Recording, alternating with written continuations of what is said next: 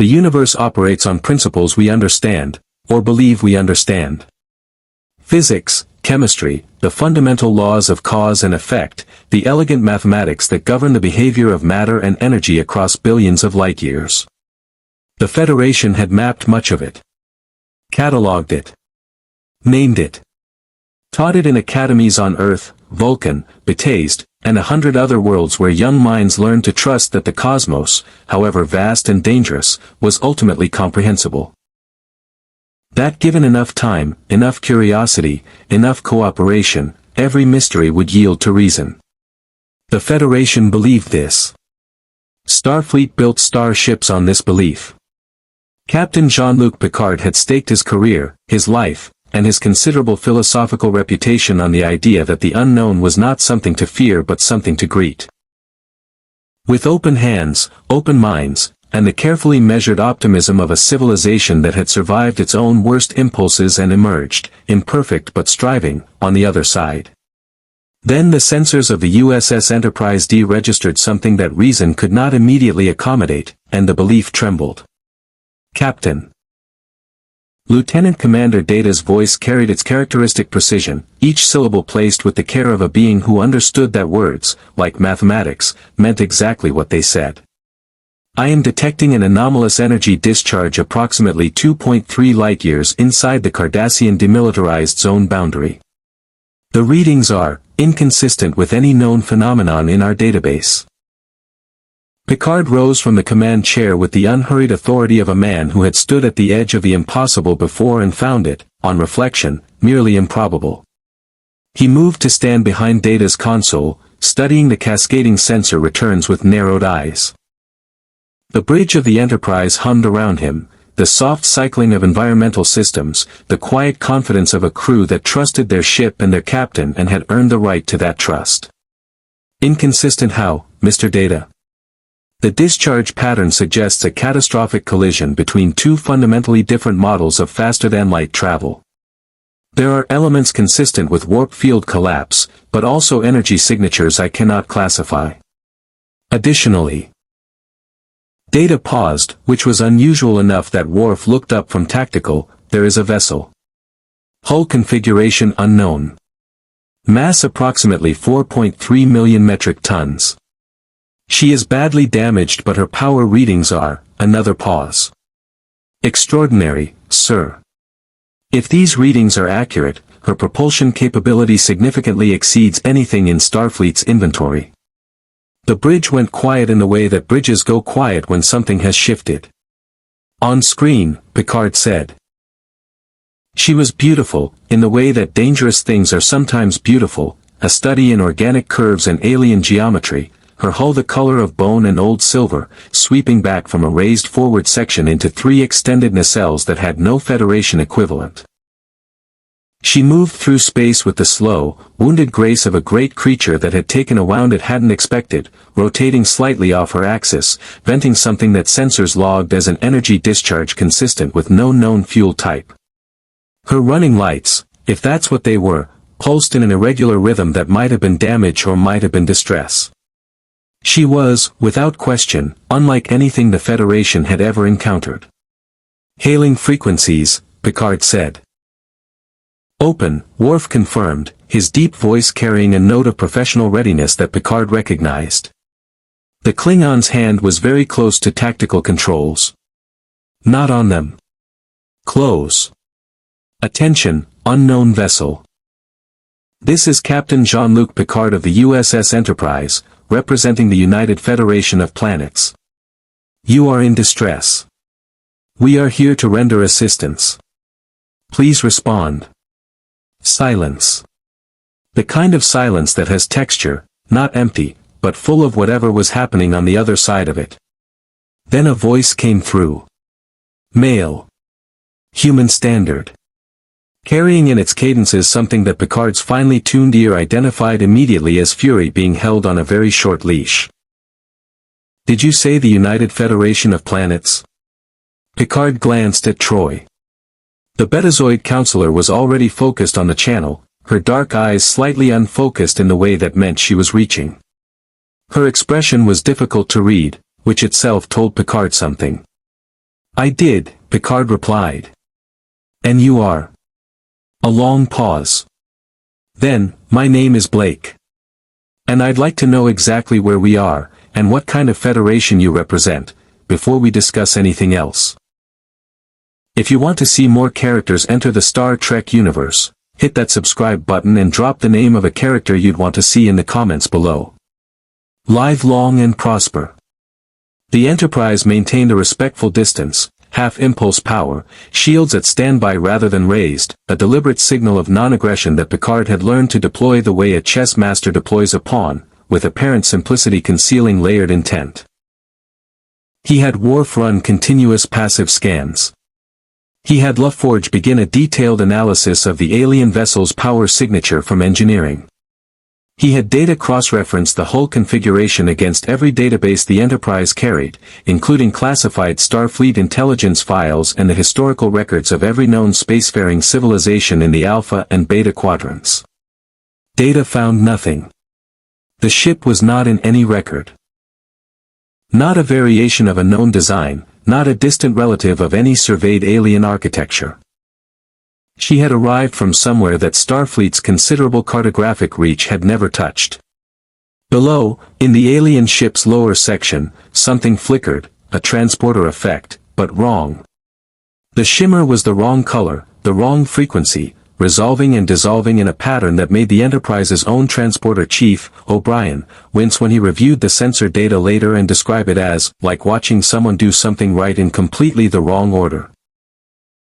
On the view screen, the wounded ship drifted, and Picard waited with the patience of a man who understood that first contact, true first contact, was never about the first words spoken. It was about everything that came after them. Mr. Data, he said quietly.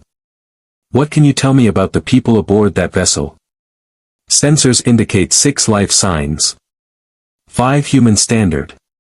1 registering as human standard but with minor neurological variants consistent with low-level telepathic ability.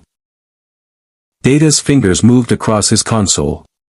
There is also a 7th reading, not biological. An artificial intelligence of some kind.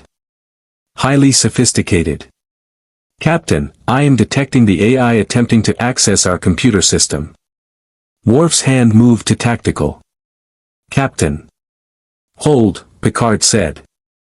Then, with the particular tone he used when he wanted to convey that he was neither fooled nor threatened, hailing frequencies again. The channel opened. Mr. Blake, Picard said. I believe we should talk.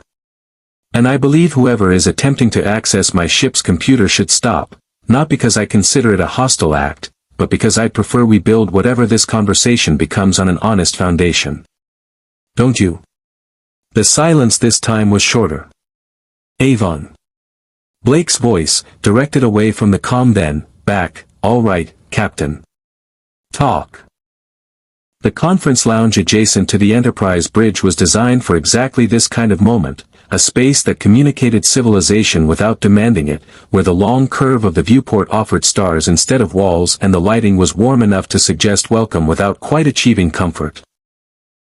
Picard had conducted first contacts in this room with Sheliak corporate representatives, with Tamarian commanders whose language operated entirely through metaphor, with beings whose concept of self was so alien that the universal translator had required 3 attempts before producing anything coherent. He believed in the room. He believed in what it represented. He was not certain the man on his view screen would care about any of that. Blake had declined to come aboard. That itself was information. He'd agreed to visual communication, the channel upgraded from audio only after a terse negotiation conducted through what appeared to be a young woman with a pilot's easy confidence and the careful eyes of someone who had learned to assess threats quickly and personally. Jenna, Blake had called her, without elaboration.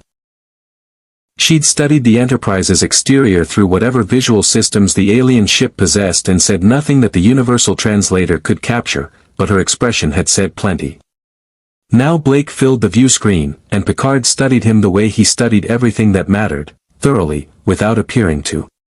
Roj Blake was not what Picard had expected, though he'd have been hard-pressed to say exactly what he had expected.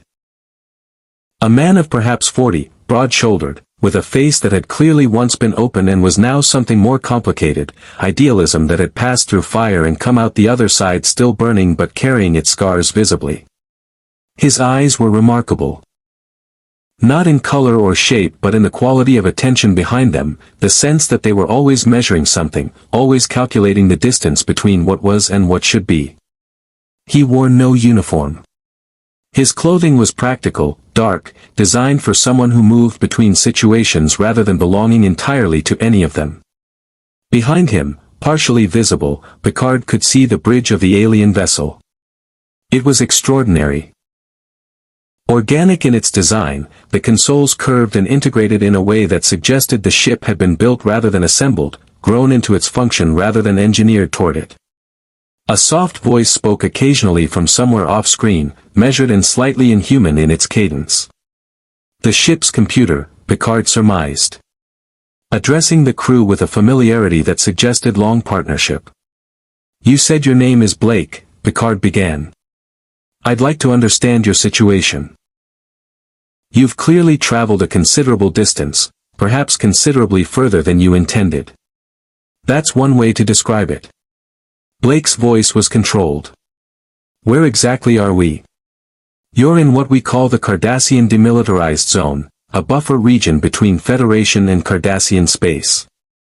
Approximately 2 light-years from the nearest inhabited system." Picard paused. "May I ask where you intended to be?"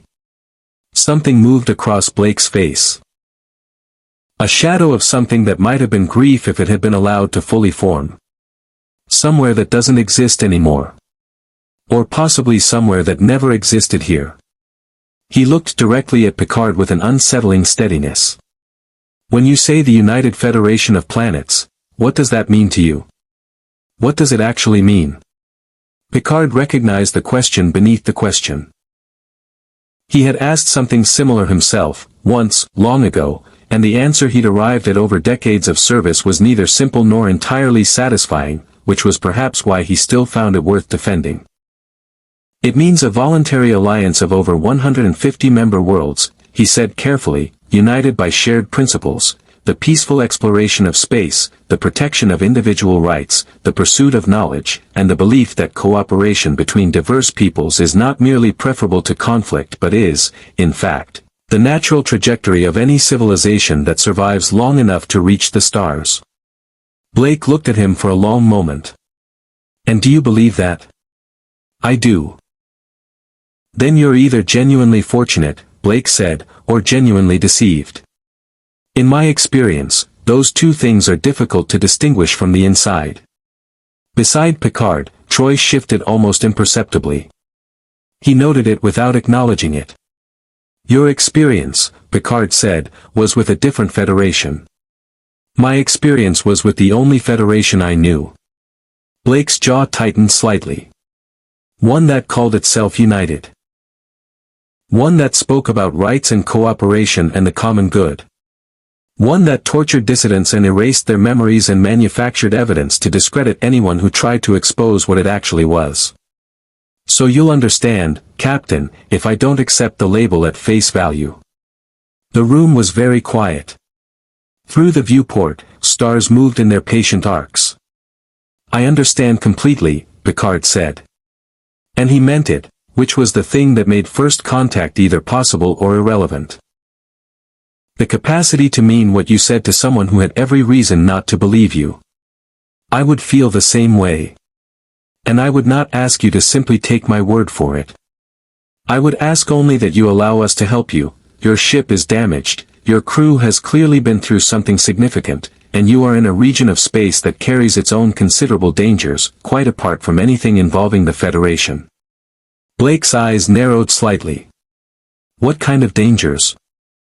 Before Picard could answer, Worf's voice came through the comm with the particular flat urgency of a Klingon who had identified a tactical situation and was reporting it without permitting himself the luxury of alarm.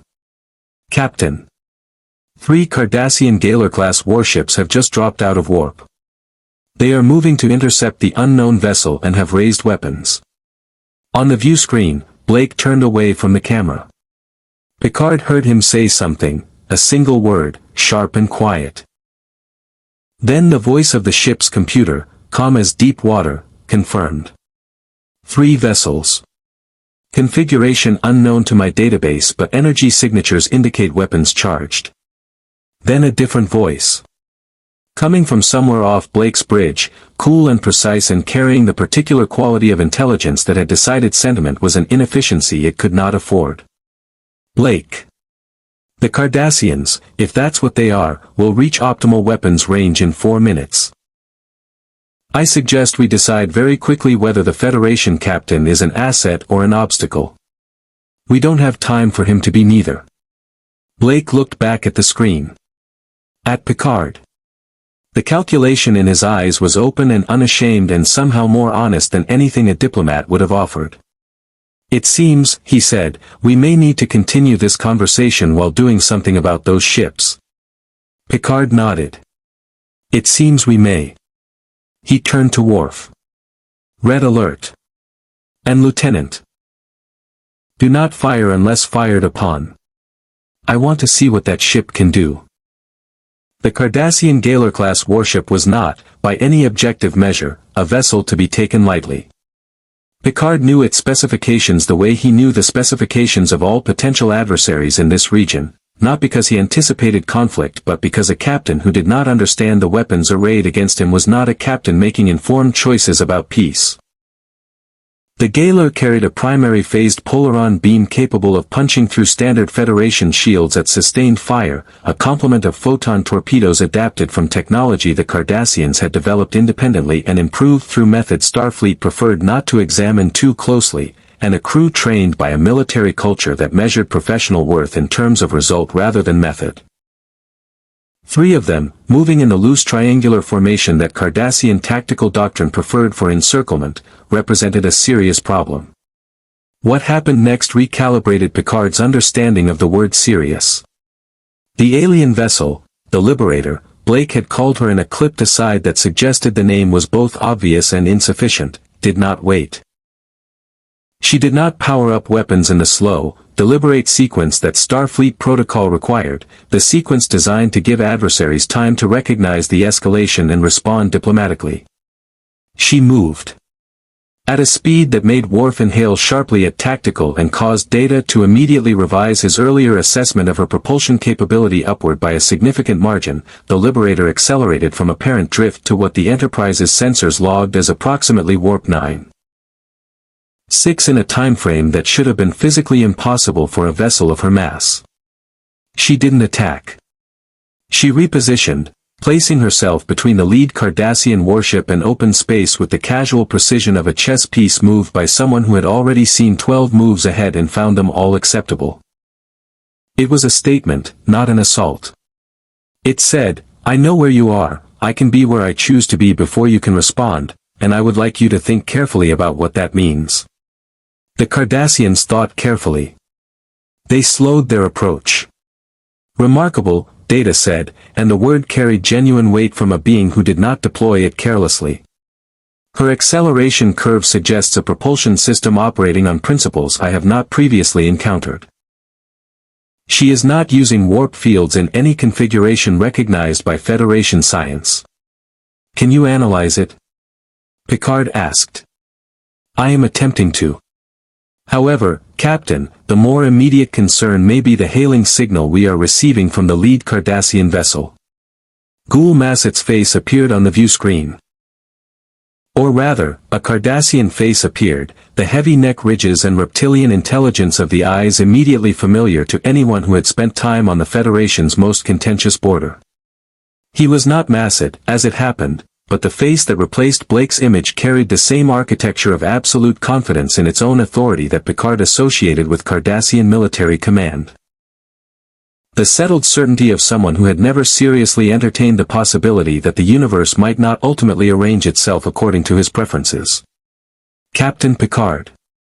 The universal translator rendered his voice smooth and slightly formal, the tone of a man conducting business he considered already concluded. The Federation vessel found in this region is outside your jurisdiction.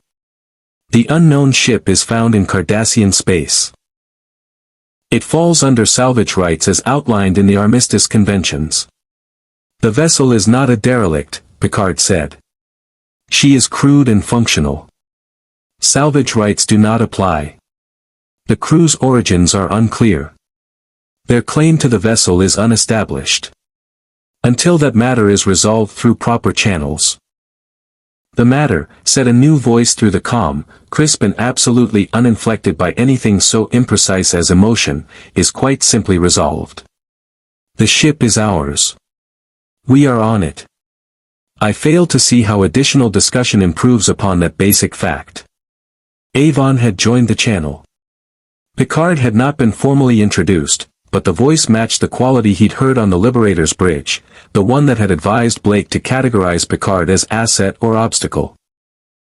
Seeing him now on the split screen, Picard revised several preliminary assessments. Avon was perhaps 35, dark-haired, with a face of considerable intelligence arranged into an expression of permanent skepticism that Picard suspected was not performance but genuine philosophical position. He wore a garment of unusual material that caught light oddly, and he watched the Cardassian commander with the complete absence of fear that came not from courage but from a calculation that had determined fear to be an inefficient response to the current data.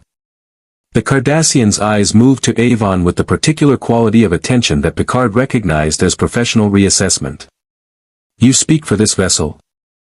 I speak for myself, Avon said. Which at this moment happens to coincide with speaking for the vessel. Ask your question. My question, the Cardassian said, his voice acquiring a subtle edge, is what that ship is worth. And my statement is that we intend to find out. The channel closed. The three Galer-class ships resumed their approach, slower now, more deliberate, the formation tightening into something that Worf identified as tactical as a precision encirclement maneuver designed to limit the target's escape vectors. They're not going to fire first, Riker said from beside Picard, his voice carrying the measured confidence of a first officer who had learned to read tactical intent. They want the ship intact.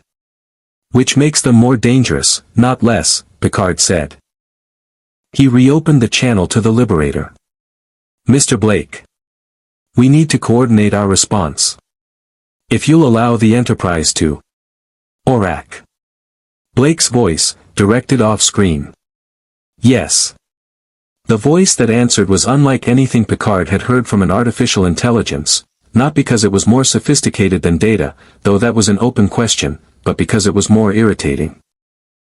It carried the particular tone of vast intelligence that has concluded its time is being wasted by the requirement to interact with lesser minds and has decided not to pretend otherwise. I have already analyzed the tactical situation and calculated 17 possible responses. 14 result in outcomes favorable to our continued existence. The remaining 3 are interesting primarily as cautionary examples. We're listening, Blake said. The Cardassian vessels are operating under the assumption that speed is our only advantage. They are wrong. They are also operating under the assumption that the Federation ship will not fire on them without provocation, which is almost certainly correct and which they intend to exploit. What they have not accounted for is the following. A pause that managed to convey that the pause was for the benefit of the listeners rather than the speaker. Their formation assumes we will attempt to flee or fight from a fixed position. We should do neither. We should move through them. Through them, Jenna's voice, sharp with pilot's instinct. You mean between them? I mean through the precise geometric center of their formation at time distort 8, which will require them to either scatter or collide with each other. Given Cardassian military culture's emphasis on individual command authority and the resulting reluctance of individual commanders to yield tactical position, I calculate a 73% probability they will not scatter in time. Silence on the Liberator's bridge. Then Vila's voice, which Picard had not yet heard, a lighter register carrying an accent that suggested someone performing casual unconcern with only partial success. Has anyone mentioned to Orac that we're in a damaged ship? The damage is to hull integrity and weapons charge, Orac replied. Neither is relevant to propulsion. Zen. Confirmed, said the Liberator's own computer, its voice deep and oddly formal. Speed capability is unaffected. Time distort aid is available. Picard had been listening to this exchange with the full attention of a man who understood that he was receiving more information about these people in 30 seconds of internal argument than he would have extracted from 30 minutes of formal interrogation. He noted the dynamics, Blake as the center of gravity, the point around which decisions orbited. Avon as the gravitational counterforce, pulling in a different direction with equal and sometimes greater mass. Jenna as the executor, the one who would actually put hands on the controls and make whatever they decided real. And Orac, not quite a crew member, not quite a tool, something uncomfortably in between. He noted something else. Troy had been quiet throughout, which meant she was working. He caught her eye. She gave him the smallest shake of her head, not negation but complication. Whatever she was reading from these people, it didn't resolve into simple categories. Captain Picard. Blake was addressing him directly again. If your ship moves to bearing 227 Mark 14 in the next 40 seconds, you'll be clear of the probable debris field. Picard absorbed this. And if we don't move? Then either you'll be in the debris field, Blake said, or Orac was wrong about the 73%. He's usually not wrong. Captain, Worf said, with the tone of a Klingon warrior acknowledging, reluctantly but honestly, something impressive. The alien vessel is powering to full speed. Picard looked at the view screen. At the 3 Cardassian warships tightening their net. At the Liberator, sitting in the center of that net with the patient stillness of something that had decided the net was not actually a problem. Helm, he said. Bearing 227 Mark 14. Half impulse.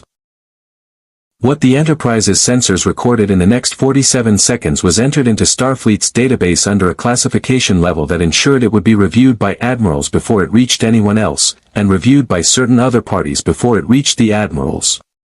The recording itself was 11 seconds of nothing, the Liberator holding position while the Cardassian formation closed to what their tactical computers presumably calculated as optimal engagement range.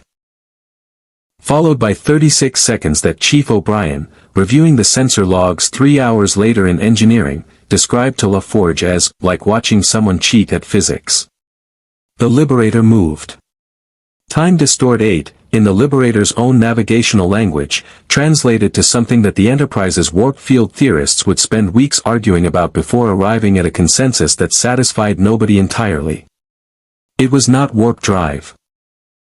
It did not bend space around the vessel in the way that Federation propulsion science had refined over 2 centuries of continuous development. It was something closer to, and the theorists hated this formulation but kept returning to it, falling. As though the Liberator had identified a direction that the universe preferred and simply released itself into it, achieving velocities that should have required energies orders of magnitude beyond what her power reading suggested she was producing. She went through the center of the Cardassian formation like a thought through silence. The 3 Gaylor-class warships did not collide with each other, Orac 73% had not been a guarantee, but the evasive maneuvers required to avoid collision scattered them across 600,000 kilometers of space in a pattern that destroyed their tactical formation entirely and left each vessel momentarily isolated, their weapons locked on a target that was no longer where their targeting computers expected it to be. The Liberator decelerated at a distance that managed to be both safe and pointed, close enough to each ship in sequence to demonstrate she could have done something other than pass through, far enough away to have not done it. It was, Picard thought, a remarkably precise communication. We could have destroyed you. We chose not to. Adjust your assumptions accordingly. The lead Cardassian commander adjusted his assumptions. The 3 warships regrouped at a distance that suggested recalculation rather than retreat. Cardassians did not retreat, as a cultural matter, but they were entirely comfortable with tactical repositioning, and the hailing signal that followed carried a subtly different quality.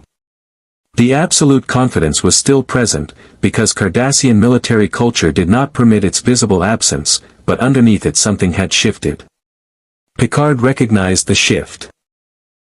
It was the moment when a negotiation stopped being about dominance and started being about terms.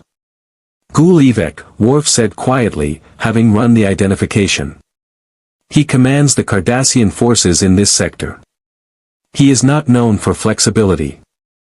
No one is known for flexibility until the situation requires it, Picard replied, and opened the channel.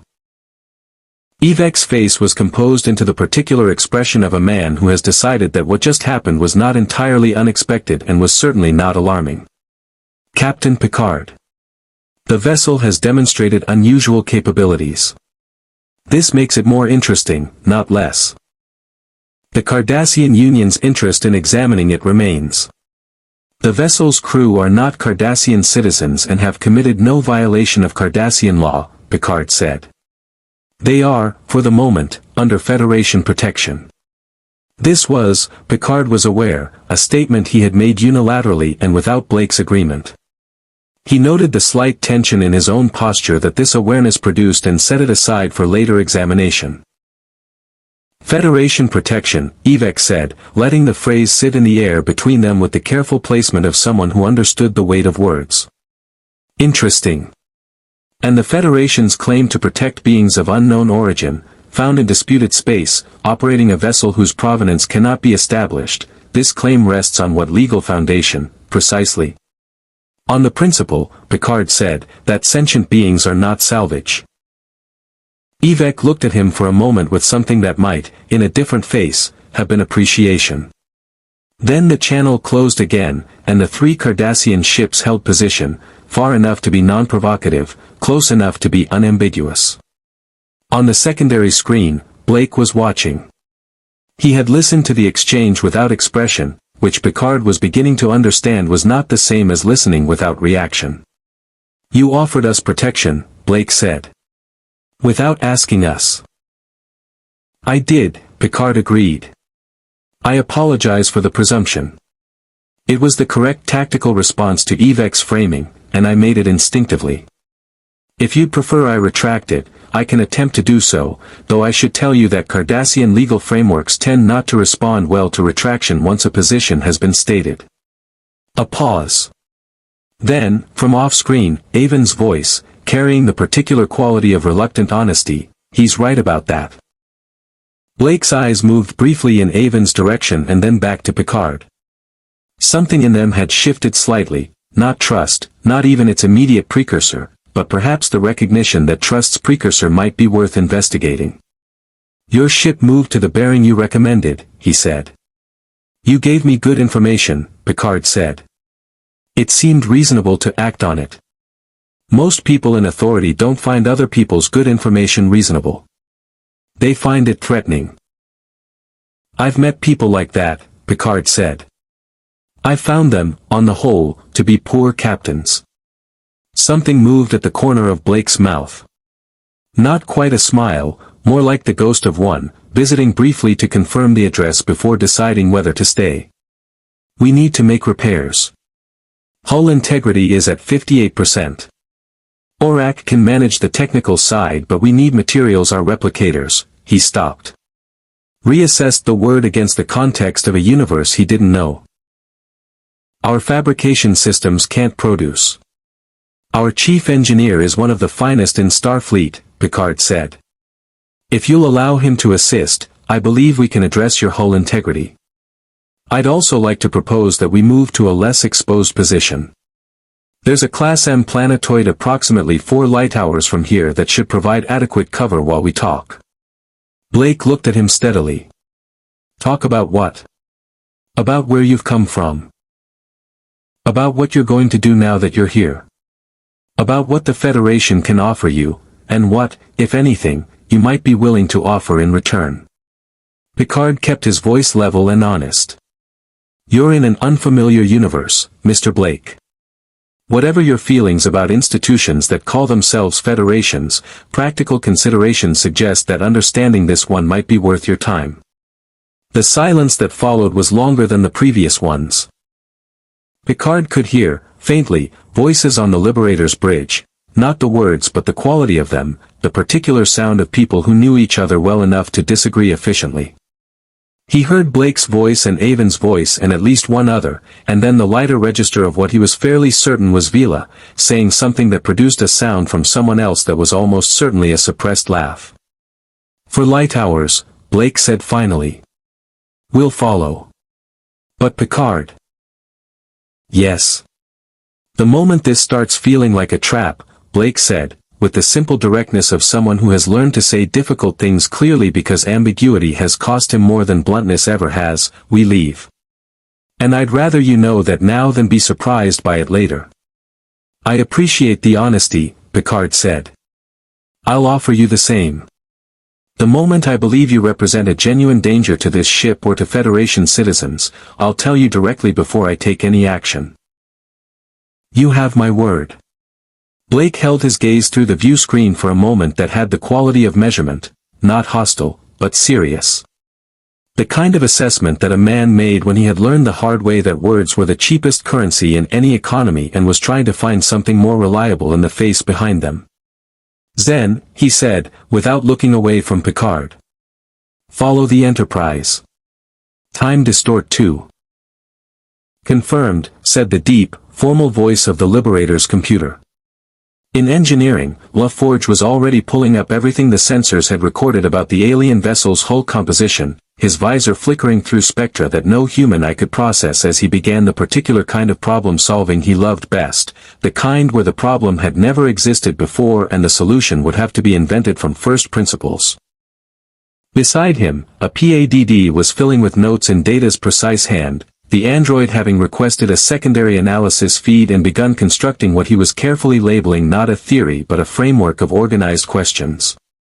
At Tactical, Worf watched the Cardassian ships maintain their distance, and watched the alien vessel fall into position behind the Enterprise with the fluid ease of a ship that found formation flying effortless, and said nothing.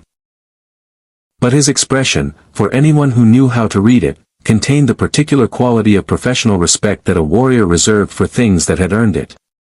And in the conference lounge, Counselor Troi sat with her hands folded on the table and tried to organize what she had been sensing from the Liberator's crew into something she could report to the captain with professional clarity.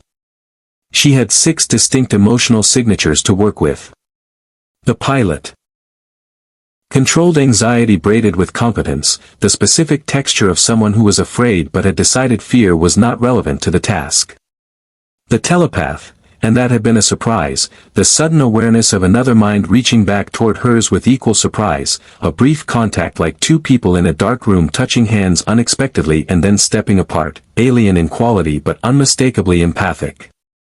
The thief, if she was reading the signature correctly. Genuine fear overlaid with humor the way a house overlays its foundation, humor that was structural rather than decorative.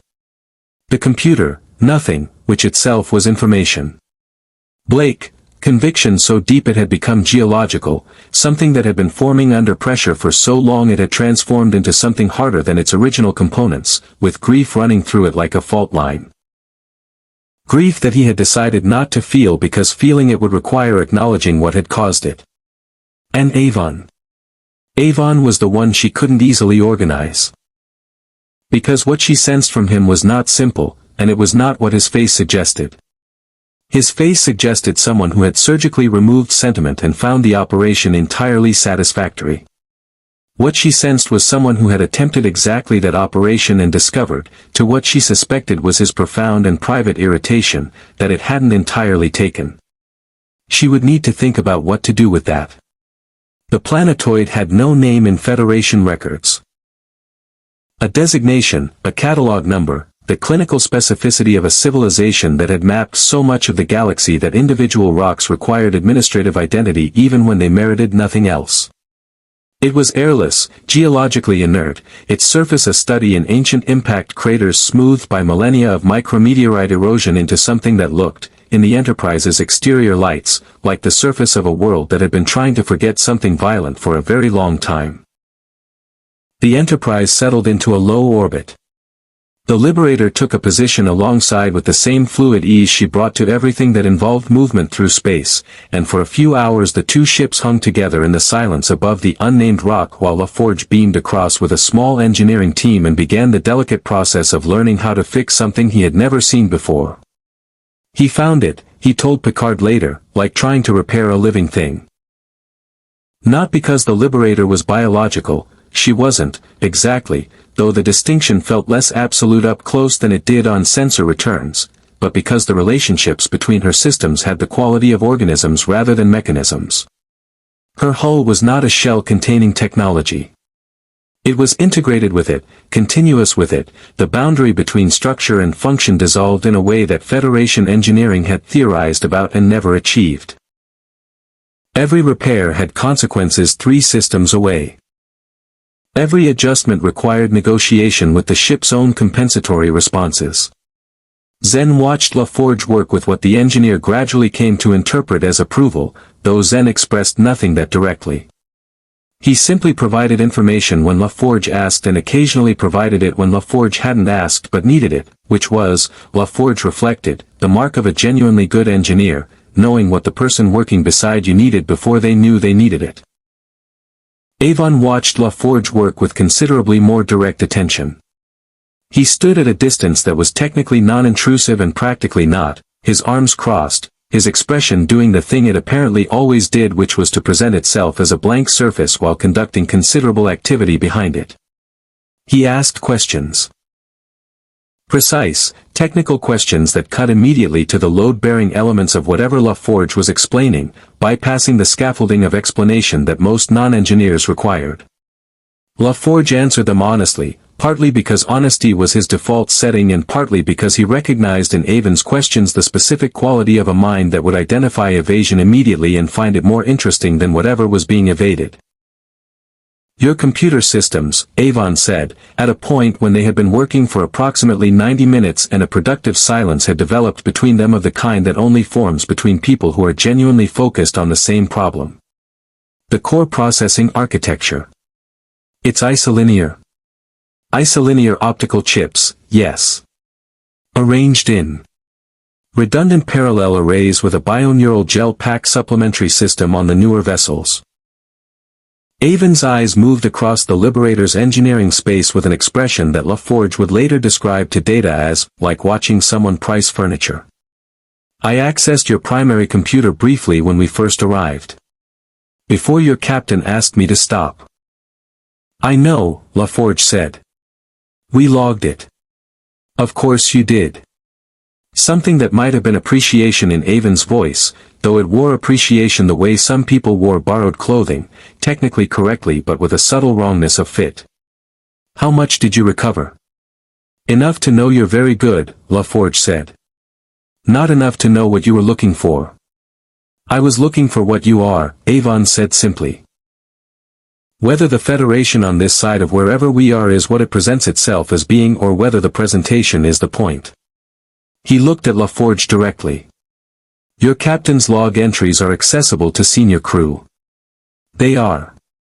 I read the last 6 months. A pause. He means what he says. That's unusual in someone with institutional authority.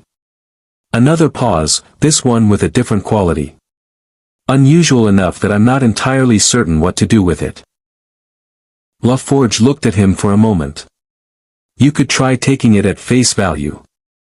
I've tried that before, Avon said, with a flatness that closed the subject entirely, and found the face to be largely decorative. Above them, in the Liberator's forward section, Blake and Picard were talking. They had been talking for 2 hours, in the Liberator's own meeting space. A room that Picard had accepted the invitation to enter because refusing it would have been a statement he didn't want to make, and that he had found unexpectedly affecting in its austerity. It was a functional space designed by people who had learned not to accumulate things they might have to leave behind. Everything in it was useful. Nothing in it was comfortable in the way that comfort is an investment in permanence. Blake had told him. Not everything. Blake was not a man who told everything to anyone, and Picard did not expect or require it, but enough. Enough for Picard to understand the shape of the journey, if not every detail of the terrain. The original Federation, with its gleaming surface and its rotten interior. The falsified charges. The memory manipulation, and here Picard had been unable to entirely conceal his reaction, the involuntary physical response of a man who had himself experienced violation of the mind and found the memory of it permanently unacceptable. Blake had noticed. Had noted it without comment but with a slight adjustment in his posture, as though something had been confirmed. The rebellion. Star 1. The things that had been lost along the way, which Blake listed with the specific brevity of someone who has learned that dwelling is a luxury with costs he cannot afford. Picard listened without interruption. He asked 2 questions, both of them about the Federation Blake had fought rather than the people he'd fought with, because he understood instinctively that the people were not his to ask about yet. When Blake finished, the silence had a different quality than the silences before it. Fuller. More mutual. What will you do? Picard asked. Blake looked at him steadily. What are my options? In practical terms, we can attempt to locate the dimensional rift through which you arrived and investigate whether it's possible to reopen it. Theoretically possible, our understanding of subspace dimensional mechanics has advanced significantly in recent years. The probability of success is not something I can honestly characterize as high, but it isn't negligible. And if it's not possible? Then you're here, Picard said. Which presents its own set of questions. He leaned forward slightly. I want to be honest with you about something, Mr. Blake. The Liberator is an extraordinary vessel. Her capabilities exceed anything in this quadrant. That will make her, and by extension, you, the object of considerable interest from parties whose interest you would not welcome. The Cardassians we've already encountered. There are others. There are always others, Blake said, without bitterness. Simply as fact. Yes. What I'm trying to say is that operating independently in this universe, without any institutional framework behind you, will be significantly more difficult than it was in your own. The political geography is different, but the basic principle, that power attracts attention, is apparently universal. Blake was quiet for a moment. You're suggesting we ally with the Federation. I'm suggesting you consider it as one option among several, Picard said carefully. I'm not suggesting you surrender your independence. I'm suggesting that independence, in a universe you don't know, might be more easily maintained with reliable information and occasional support than without it. In exchange for what? Picard met his gaze directly. Honestly? In exchange for knowledge. Your Orac alone represents a technological and computational advance that Federation science hasn't achieved. Your ship represents propulsion and weapons technology that would take us decades to reverse engineer even with your cooperation. I'm not going to pretend the Federation wouldn't value those things. I would rather you hear that from me directly than discover it through other means and conclude I was managing you. Blake stared at him. The geological conviction that Troy had sensed was visible on the surface now, the layers of it, and running through it that fault line of grief that had no name because naming it would require acknowledging it. You're remarkably honest for someone in a position of institutional authority. I find deception inefficient, Picard said. And personally distasteful. The Federation I knew, Blake said something very similar. Frequently. He stood, moving to the viewport. The Liberator's viewport, looking out at the unnamed planetoid and the stars beyond it with the expression of a man locating himself in an unfamiliar landscape and finding the familiar coordinates absent. How many worlds in your Federation? You said 150. 153 member worlds. Hundreds of associate members and protectorates. And they're free. Actually free. Not managed, not surveilled, not. They are not free of everything, Picard said honestly. No civilization is. There are regulations, there are tensions, there are compromises that not everyone finds satisfactory. There is a body called Section 31 whose existence I find troubling and whose methods I consider antithetical to Federation values, and which the official record describes as a provision of the original Starfleet Charter that has been interpreted in ways I believe its authors did not intend. He paused. I tell you that because you would find out anyway, and because I'd rather you find it out from me. Something shifted in Blake's face. Not resolution. Resolution implied a problem solved, and this was not solved. But something had moved. Something was different than it had been an hour ago. Before he could respond, Callie appeared at the doorway. The Oran woman's expression was careful in the specific way of a telepath who has received information she is still organizing. She looked at Blake, then at Picard, with eyes that held something the captain recognized as the professional compassion of someone who has spent a long time reading what people carry and has not yet found a way to stop finding it heavy. "Blake," she said quietly. "Orac has detected something. In the DMZ. A settlement, small, approximately 300 people. Human standard. No Cardassian presence registered. But their communications," she paused. "They've been trying to reach someone for 6 days. No response." Blake's expression changed immediately and completely in the way that revealed, more clearly than anything he'd said in 2 hours of conversation, exactly what he was. "What kind of settlement?" Callie looked at Picard. Then back at Blake.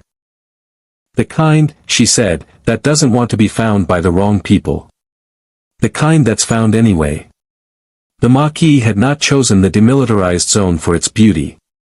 They had chosen it the way people always choose places that offer concealment over comfort. Because the alternatives were worse, and because the particular quality of desperation that comes from having your home arbitrarily reassigned to a hostile power by a treaty your government signed without consulting you produces a clarity of purpose that makes physical hardship feel almost irrelevant. The settlement Orac had identified occupied a system of interconnected caves beneath the surface of a marginal Class M world that the Cardassian cartographic system had logged as resource poor and the Federation cartographic system had logged as contested, and both systems had therefore elected to mostly ignore, which was precisely why 312 people were living in it. They had been living there for 8 months. They had been trying to reach their Maquis contact for 6 days because their contact was dead, killed in a Cardassian sweep of the sector that the official record would describe as a routine patrol and the unofficial record, if anyone compiled it, would describe differently. Their food replicators were failing. Their medical supplies were adequate for another 3 weeks if nothing went wrong, which was an optimistic projection given that 3 children had developed a respiratory condition consistent with long-term exposure to the cave system's mineral composition. They had one warp-capable ship, a converted freighter that could outrun a Cardassian warship for approximately 40 minutes before her engines gave out, and which they had not used because using it would reveal their position to sensors that were, they believed, actively scanning for exactly this kind of energy signature. Orac had found them anyway. In 47 seconds. Without trying particularly hard. 300 people, Vila said, from his position at the back of the Liberator's flight deck, where he had arranged himself with the practiced invisibility of someone who had learned that the back of the room was the safest position in most situations. That's a lot of people. To be responsible for, I mean. Not that I'm suggesting we should be responsible for them. I'm just noting the number. Vila, Jenna said, from the pilot's position, without looking up from her controls. I'm just saying. You're just saying it quite a lot. Blake was standing at the forward console, looking at the sensor data Orac had compiled with the expression of a man who has just seen something he recognized in a place he didn't expect to find it. Picard, who had remained aboard the Liberator at Blake's implicit invitation, neither of them had addressed the question of when he should return to the Enterprise, and neither of them was in a hurry to. Watched him from the doorway and understood, with the particular clarity that comes from 2 hours of genuine conversation, exactly what was happening. Blake had found his people. Not his people specifically. But the category of people he had organized his entire existence around. The ones caught between powers larger than themselves, the ones the institutions had failed, the ones surviving on resourcefulness and stubbornness in the spaces that authority had decided weren't worth administering carefully. He had crossed a dimensional boundary and found that the specific coordinates were different but the human geography was identical, and something in him had oriented toward it the way a compass orients toward north, not because it chooses to but because it is built for exactly that direction. The prime directive, Picard said, quietly enough that it was addressed to Blake rather than the room. Blake turned. What? The principle that governs Starfleet's response to situations like this one. Picard moved into the flight deck, a space he was finding, on second examination, oddly comfortable in its functionality, its lack of the institutional decoration that Starfleet tended to accumulate. We do not intervene in the internal affairs of sovereign territories. The Demilitarized Zone is subject to a treaty between the Federation and the Cardassian Union. The Maquis, what these people are, what they've chosen, exists in legal ambiguity that Starfleet is officially required to treat as Cardassian jurisdiction. Blake looked at him with an expression that had simplified considerably from the layered complexity of the last 2 hours. You're telling me you won't help them? I'm telling you what the regulation says, Picard said carefully. I'm not telling you I find it satisfactory. And I'm noting that you are not bound by it. The silence that followed had several people in it. Avon had appeared at some point in the last few minutes with the quiet materialization that seemed to be his preferred mode of arrival, and was standing to one side absorbing the exchange with the focused attention of someone building a model of a situation from its observable components. Callie was watching Blake with the specific quality of attention that Picard was coming to understand meant she was listening to things that weren't being said. Jenna had her hands on the pilot's console and was very carefully not looking at Blake, which told Picard she already knew what he was going to say and had already decided how she felt about it. How far? Blake asked. For light hours, Orac said, with the tone of something that had been waiting to be asked. At time distort 4:31 minutes. I should note that Cardassian sensor coverage in that region has a gap consistent with the patrol schedule I have extrapolated from the last 6 days of signals traffic. The gap is currently open. It will close in approximately 4 hours and 17 minutes. Of course you've already worked all that out, Vila said, to no one in particular. Someone has to, Orac replied, with the particular quality of an intelligence that has concluded sarcasm is an acceptable response to the obvious. Blake looked at Picard. The question he was asking was not in words but it was entirely legible. Are you going to try to stop me? Picard held his gaze. The answer he was constructing was not simple, because the situation was not simple, and because he was a man who had spent decades believing that the right response to moral complexity was to remain in it honestly rather than resolve it artificially in either direction. The prime directive existed for reasons he considered genuinely good. He had seen the damage done by well-intentioned interference, the subtle violence of one culture imposing its values on another under the guise of help. He believed in it with the part of his mind that operated on principles. He also believed in the part of his mind that looked at 300 people in a cave with failing replicators and sick children and was unable to characterize their situation as an internal affair that courtesy required him to observe from a respectful distance. I won't stop you, he said. What I will do is accompany you. Officially, the Enterprise will remain here. Unofficially, I'll come aboard the Liberator as an observer. What you do is your choice. I want to see what kind of choice it is. Avon looked at him with the expression of someone who has just revised an assessment. You realize that if the Cardassians detect Federation involvement, this becomes a diplomatic incident.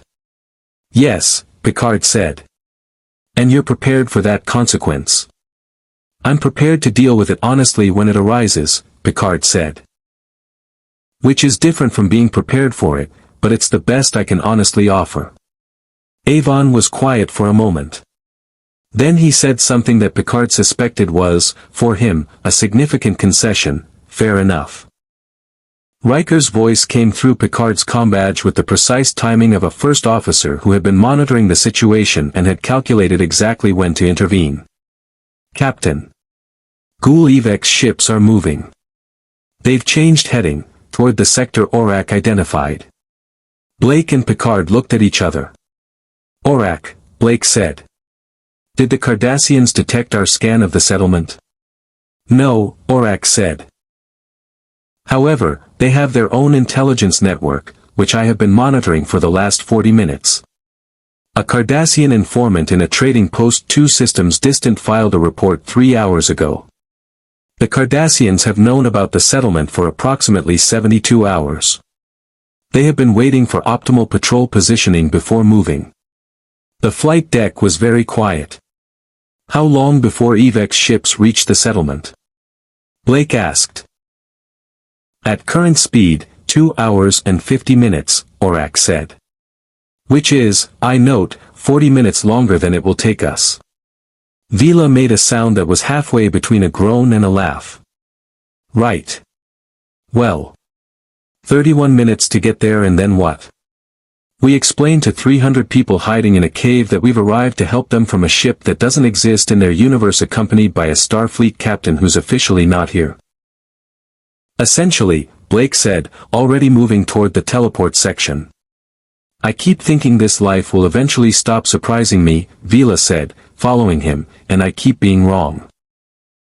The Liberator's engines came to life with the deep, resonant quality of power that was not performing itself but simply existing, and Jenna's hands moved across the pilot's console with the confidence of someone who had long ago stopped distinguishing between what she was doing and what the ship was doing, the two having become continuous. Zen's voice filled the flight deck with the quiet authority of a system that understood its purpose completely. Course confirmed. Time distort 4. We will arrive in 31 minutes. In the cave system below the marginal Class M world, 312 people who did not know they were about to be found continued doing what people in impossible situations always do, they managed. They rationed. They cared for the sick children. They argued about things that didn't matter because arguing about things that didn't matter was a way of not thinking about the things that did. A woman named Seska, who had been a Starfleet officer before she hadn't been, sat at a communications console and sent the same signal for the 7th time into a silence that had so far returned nothing, and told herself that silence was not the same as absence, and believed it less convincingly each time. She did not know that in 31 minutes, a ship unlike anything in any database would drop out of something faster than warp directly overhead, and that the people who stepped out of its teleport beam onto the cave floor would be the strangest collection of answers to a prayer that she had ever seen. She did not know that one of them would be Starfleet, or that she would find that fact complicated in ways she hadn't anticipated, or that the tall man with the rebel's eyes would look around the cave and recognize it immediately, not this specific cave, but the essential nature of it, the human geography of it, the way that people who have been failed by the powerful create their own warmth in the dark. She did not know any of that yet. But the signal she had sent, 7 times into silence, had found something. And something was coming. The teleport effect on the cave floor was wrong in the specific way that things from outside a known framework are wrong, not broken, not failed, but operating according to a different set of assumptions about what teleportation should look, sound, and feel like. The Maquis fighters who had drawn weapons at the first shimmer of unfamiliar energy kept them raised as 6 figures resolved out of light that was the wrong color, a warm gold rather than the blue-white Federation standard, and stood blinking in the mineral-sharp air of the cave system with the particular alertness of people who had learned to assess new environments as a survival skill rather than a professional one. Blake took in the cave the way Picard had predicted he would. Completely, immediately, and with the specific quality of recognition that has nothing to do with prior knowledge of the location and everything to do with prior knowledge of the condition. The generator banks along the eastern wall, their power feeds patched and repatched with the creative desperation of people who could not replace what they had and had therefore become expert at extending it. The medical area partitioned by hanging fabric rather than walls, where a figure in civilian clothes was doing what could be done for 3 small patients with what was available. The faces, the mixture of fear and defiance and exhaustion that was not specific to any culture or century but was the universal expression of people who had decided that surviving in opposition to something larger than themselves was worth the cost, and were currently recalculating whether they still believed that. He recognized all of it. He had lived in versions of it for years. He looked at it now from the other side of whatever the rift had taken from him, and what he felt was not nostalgia but something more complicated, the grief that he had decided not to feel presenting itself again, reframed, insisting that the framing didn't change what it was. Seska had her weapon aimed at the center of the group with the steady hands of former Starfleet tactical training.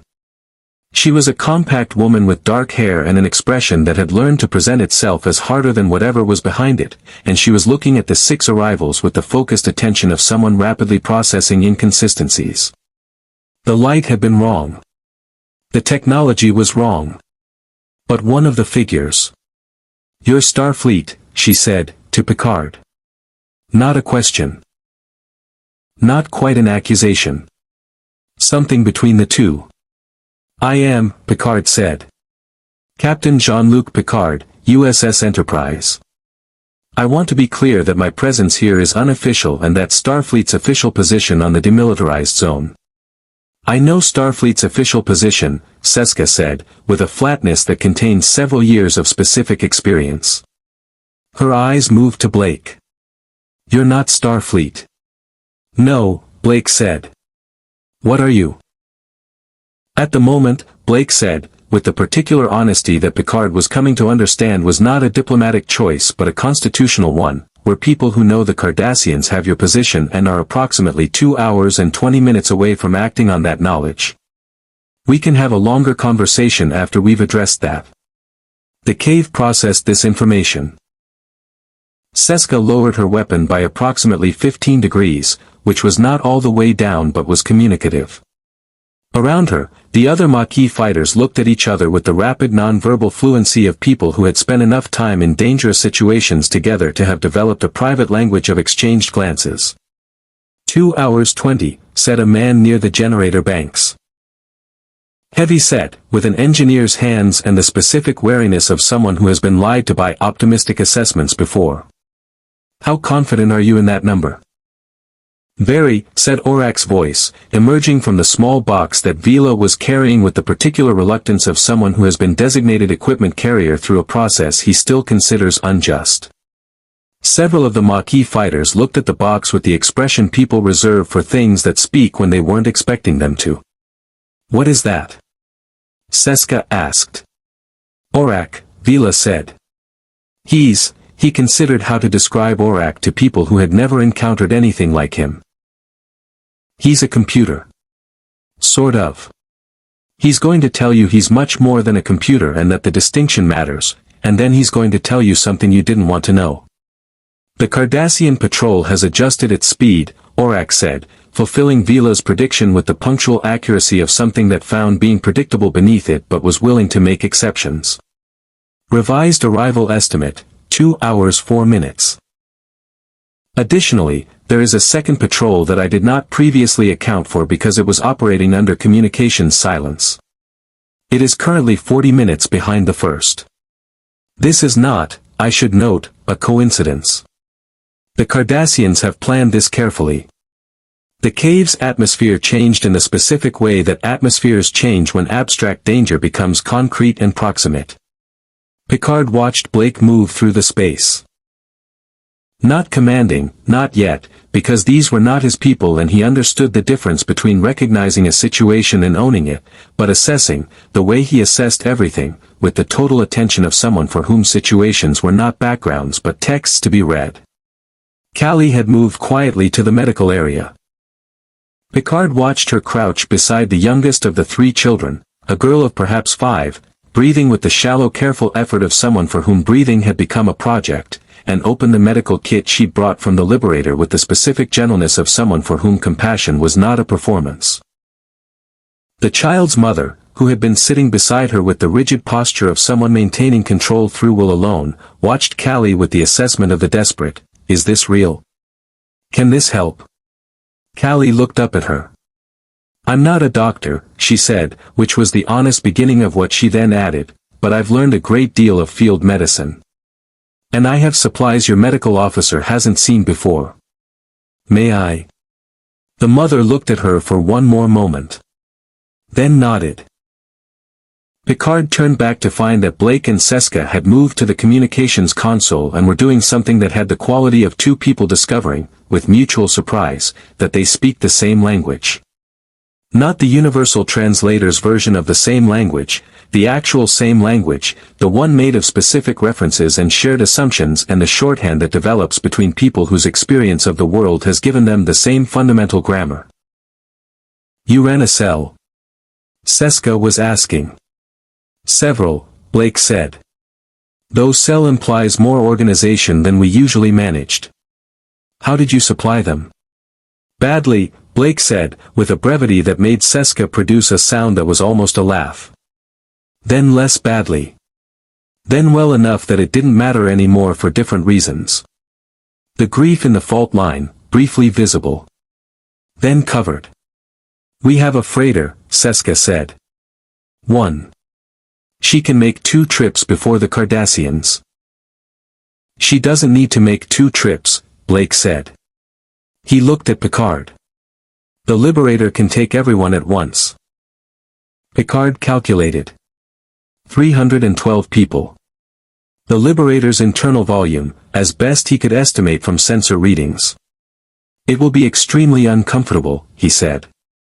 Uncomfortable I can manage, said the engineer by the generator banks, who had drifted into the conversation with the gradual approach of someone whose objections had been answered before he'd finished formulating them. Cardassian detention facilities are less comfortable.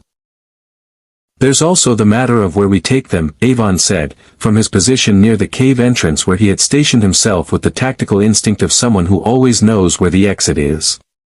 He had been quiet since arrival, which Picard had learned to interpret not as disengagement but as intensive processing.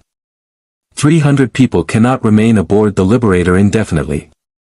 We need a destination. There are Federation colonies in the sector, Picard said. Unofficially. And I want to be precise about that word. I can provide coordinates for a settlement that is off the primary Cardassian sensor grid and that has resources to accommodate. Unofficially, Seska said, with the specific inflection of someone who has had extensive experience with the space between Starfleet's official and unofficial positions and has found it to be inconsistently habitable. She looked at Picard steadily. You're a captain. You're here, in the DMZ, helping Maquis evacuate a settlement. Unofficially. Yes, Picard said. What happens when Starfleet finds out? Picard considered several responses and selected the honest one. Something I'll need to address through appropriate channels. Which is a problem for later. The Cardassians are a problem for now. Something moved in Seska's expression, a revision, small but genuine, of whatever model she had been operating on. She looked at Blake. Your ship. How fast is she? Fast enough, Jenna's voice came through the comm system Blake carried, with the pilot's economy of words that conveyed everything necessary and nothing extraneous. I want to be on the last group out, Seska said. And I want the freighter destroyed rather than left for the Cardassians to examine. There's equipment aboard they shouldn't have. Vila, Blake said. Vila looked up from the corner where he had been conducting what appeared to be a technical survey of the generator banks with the focused attention he brought to anything involving systems, locks, or mechanisms.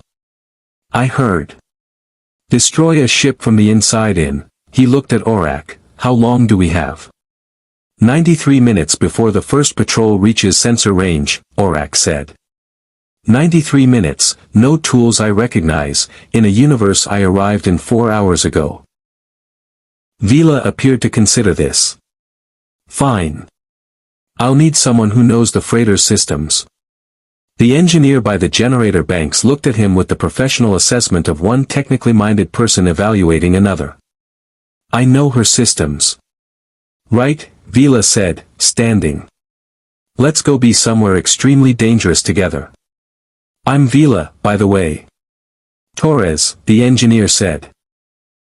B'Elanna Torres, though neither of them knew yet that her name would matter to this story, or that the half-Klingon engineer with the temper she was always managing and the technical brilliance she had largely stopped trying to conceal would find in Vila, of all people, a mirror of a kind she hadn't expected.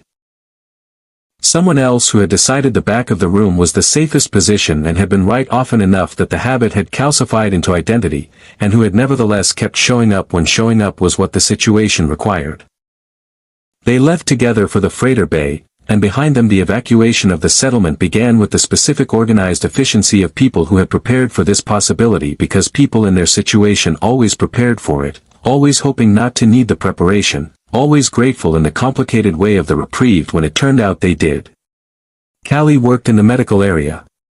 Picard coordinated transport sequences with Zen through the comm Blake had lent him. Blake and Seska stood at the communications console and talked with the rapid intensity of people exchanging operational knowledge that might matter later, the specific generosity of those who share what they know because the cause is larger than the knowledge. And Avon stood at the cave entrance, watching the stars through the narrow fissure that served as the settlement's only natural viewport, with the expression of a man conducting a private argument with himself about something. An argument that his face suggested he was losing, or winning, depending on which part of him you asked. Picard noticed. He filed it. He would come back to it when the Cardassians weren't 2 hours away. The evacuation took 1 hour and 41 minutes, which was 19 minutes longer than Blake had wanted and 11 minutes shorter than Picard had calculated, the difference accounted for by a combination of Jenna's piloting instincts, Zen's spatial optimization of the Liberator's internal volume, and the particular human capacity for moving faster than expected when the alternative has been made sufficiently concrete.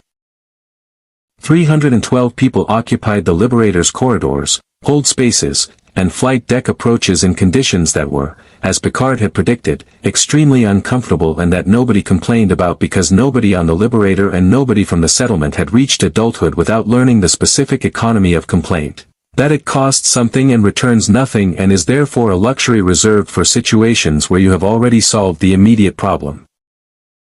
The children were in the medical bay.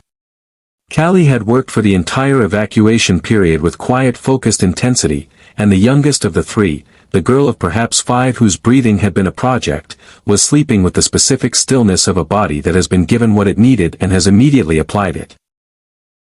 Her mother sat beside her and held her hand and looked at Callie with an expression that Picard recognized as the one people wear when gratitude has exceeded the capacity of language to carry it. Vila and Torres had returned from the freighter bay with 14 minutes to spare and the specific shared satisfaction of 2 people who have solved a difficult technical problem under pressure and have discovered in the process that the other person is considerably more capable than the situation required. Torres had a burn on her left forearm that she was ignoring. Vila had acquired, through means he declined to specify, a piece of Cardassian sensor equipment that he was examining with the focused interest of a man who collects capabilities the way other people collect objects. It's a passive monitoring array, he told Avon, when Avon asked, which Torres noted was approximately 30 seconds after Vila had picked it up, Avon apparently having developed the ability to identify items of interest in Vila's hands through some process of continuous environmental monitoring. Detached from the main system during the patrol's last sweep. Whoever dropped it either didn't notice or didn't care. Either way. Vila turned it over, examining the casing with the appreciative attention of a craftsman examining another craftsman's work. It's been recording for 6 weeks. Everything in range. Avon took it from him without ceremony and examined it himself. Orac. Already interfacing, Orac said, from the corner where Vila had set him down and which he had apparently decided was adequate. The data is extensive. The Cardassians have been significantly more active in this sector than their official patrol logs indicate. I am also detecting encrypted traffic consistent with Obsidian Order communications protocols, which is interesting because the Obsidian Order is theoretically distinct from the military command structure and their presence in a military patrol sector suggests someone is running a parallel operation, Avon said, with the tone of someone who has encountered this kind of institutional complexity before and found it professionally familiar. Yes.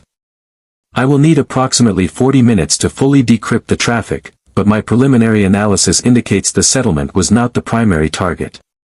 It was a secondary objective. The primary objective is something in this sector that the Cardassians have not yet found and that the Obsidian Order has been looking for independently of the military for approximately 3 months. The flight deck had acquired the particular quality of silence that descends when information reframes a situation entirely. Blake looked at Picard. Picard looked at Orac with the expression of a man recalibrating several assumptions simultaneously. What is the primary target? Blake asked. I don't know yet, Orac said, which was the kind of statement that carried more weight from Orac than from most sources, given that Orac's relationship with not knowing things was roughly analogous to a master chef's relationship with an empty pantry, technically possible but deeply unusual. But I will.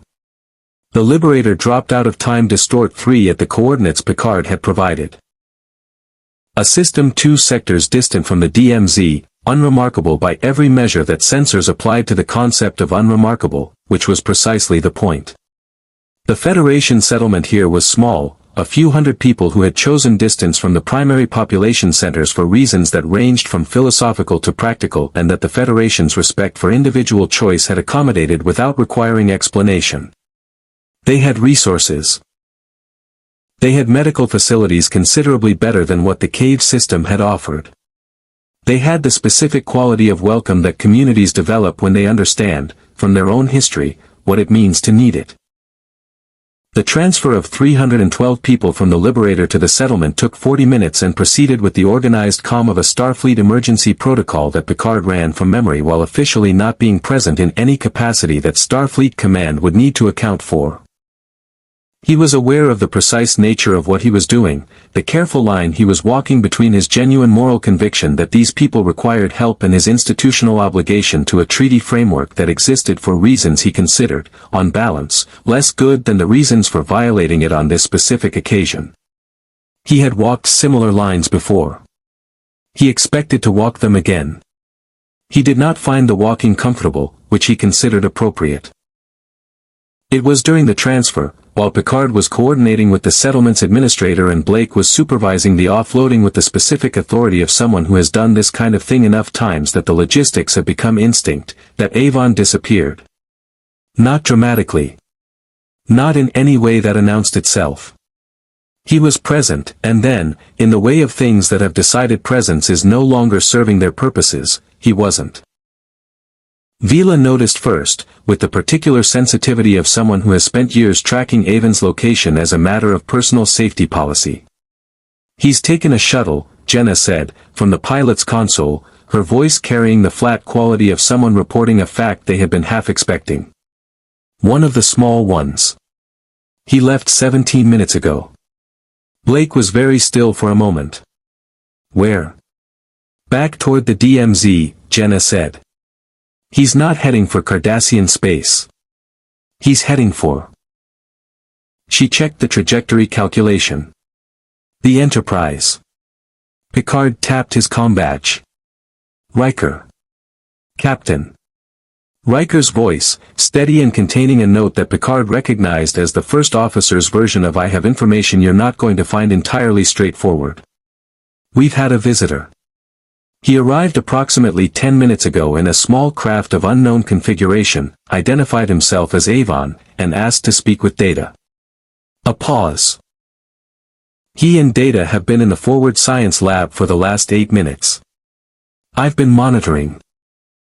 It's, another pause, this one with a quality that from Riker was unusual. "Captain, I think you need to hear this conversation." The audio that followed had been recorded by the Enterprise's internal sensors with the clinical fidelity of a system that did not distinguish between conversations worth preserving and conversations that would have preferred not to be preserved. Avon's voice, "You are an artificial intelligence." Data's voice, "I am an android. The distinction is meaningful to you. I understand. I'm not dismissing it." A pause that had the quality of someone organizing something they have been carrying for longer than is comfortable. "Your positronic brain. It is, you are genuinely conscious. Genuinely self-aware. That is a matter of ongoing philosophical and legal discussion," Data said carefully. "I believe I am. Others have questioned." "I'm not asking for the legal summary," Avon said. "I'm asking you. Do you believe you are conscious?" A pause. Then Data, with the specific quality of honesty that he brought to questions that most beings deflected, "Yes. I do. And you exist within a federation that acknowledges that consciousness. That treats it as something with rights. With standing. The matter was formally adjudicated," Data said. "I was permitted to refuse being disassembled and subjected to examination. It was established that I have the right to make decisions about my own existence." The silence that followed was longer than the previous ones and had a texture that even through a calm relay Picard could feel, the texture of something that has been kept under significant pressure for a long time, encountering a release valve it hadn't expected. Orac, Avon said, and his voice had changed in a way that was subtle enough that someone who hadn't been listening carefully would have missed it. The computer system we travel with. He is also conscious. Self-aware. Argumentative and arrogant and deeply unpleasant in several specific ways, but, the pause. He has never been acknowledged as such. In our universe, he was property. Created by a man who treated him as property. We took him. We use him. Another pause, this one with something raw at its edge. I have never asked him whether he finds the arrangement satisfactory. Data was quiet for a moment. Have you considered asking him? I'm considering it now, Avon said. I wanted to know if it was a question worth asking. Whether consciousness in a machine is something your Federation considers real enough to, he stopped. Started again. Whether it's something anyone considers real enough to matter. I consider it real enough to matter, Data said, simply. In the settlement, Blake had been listening to the relay through Picard's combadge with his eyes fixed on the middle distance and his expression doing the thing it sometimes did, which was to reveal, briefly and without apparent intention, that the geological conviction and the grief in the fault line were not the whole of what he was. That there was something else there, something that had survived everything and was occasionally visible through the cracks, something that looked, when the light hit it right, remarkably like the capacity for surprise. I didn't know he was thinking about that, Blake said, quietly. I suspect, Picard said, equally quietly, that Avon thinks about a great many things he doesn't tell anyone. Blake was silent for a moment. Yes, he said. He does. Above them, the Liberator's hull reflected the light of a sun that had no name in her database, and in the forward science lab of the Enterprise, a man who had decided sentiment was an inefficiency sat across from an android who had decided it was a gift, and they talked about consciousness and property and the difference between being used and being valued, and neither of them would remember it afterward as a moment of any particular significance, which was how the most significant moments usually worked. And in the settlement below, Seska sat with the family of the girl who was breathing properly now, and looked at the stars, and thought about what it meant that help had come from somewhere that wasn't supposed to exist. The thing about Orac was that he was always working on something you hadn't asked him about. This was not a design flaw. It was, in the view of Enser, who had built him, the point. An intelligence vast enough to be genuinely useful was by definition an intelligence too large to be confined to the specific questions put to it, and the overflow of its processing into adjacent problems was not a malfunction but a feature, the computational equivalent of a mind that kept thinking after you'd stopped talking to it.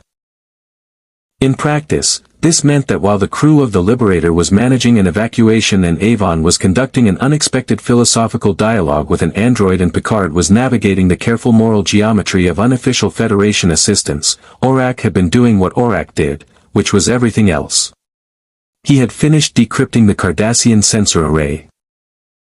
He had cross-referenced its contents against everything he had absorbed from the Enterprise's database in the 47 seconds of access before Avon had been asked to stop, and against the signals traffic he had been monitoring continuously since arrival, and against the predictive modeling he ran as a background process the way other intelligences ran basic functions.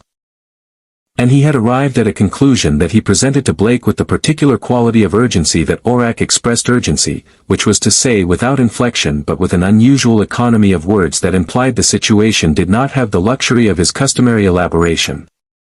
The Obsidian Order's primary target in this sector, Orac said, is the Liberator. The flight deck was quiet. Through the viewport, the unnamed settlement sun was moving toward the edge of the frame in the slow arc of orbital mechanics, indifferent to what was happening beneath it. How long have they known we're here? Blake asked. They have known an anomalous vessel of extraordinary capability entered this universe approximately 6 hours after we arrived, Orac said. They did not immediately know its location. They know it now. The Cardassian military's interest in us was genuine but secondary. Gul-Evek acted on standard acquisition protocol when he detected the Liberator's energy signature. The Obsidian Order's interest is different in kind. They are not interested in acquiring the Liberator. What are they interested in? Jenna asked, her hands already moving across the pilot's console with the preparatory instinct of someone who has learned that conversations with Orac have a consistent tendency to end with the need to go somewhere quickly. They are interested in ensuring that the Liberator does not remain in this universe long enough for any other faction to acquire her, Orac said. The intelligence assessment I have decrypted is detailed and specific.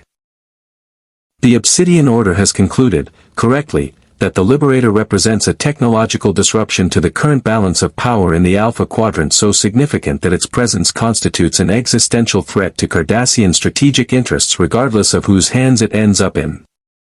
Their recommended response is total destruction of the vessel and elimination of its crew. Elimination, Vila said.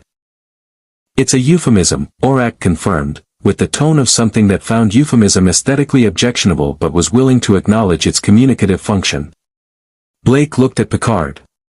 There was something in the look that was past calculation, past the careful mutual assessment of the last hours, past the managed distance that both men had been maintaining with the professional courtesy of people who respect each other enough not to crowd each other's thinking. The look said, "This is now a different situation, and we both know it, and the question is what we each do with that knowledge." "How many ships?" Picard asked Orac directly, which was itself a kind of statement, an acknowledgement that the fiction of separate conversations had become inconvenient. 8 Galer-class warships and 2 Keldon-class heavy cruisers, Orac said. The Keldon-class vessels are Obsidian Order assets operating with military cover. They will arrive at this location in approximately 40 minutes. They believe we do not know they are coming. What's the Liberator's combat capability against 10 Cardassian warships? Riker's voice, through the comm badge, with the tone of a first officer who had been listening and had decided that the relevant professional question superseded the etiquette of waiting to be included.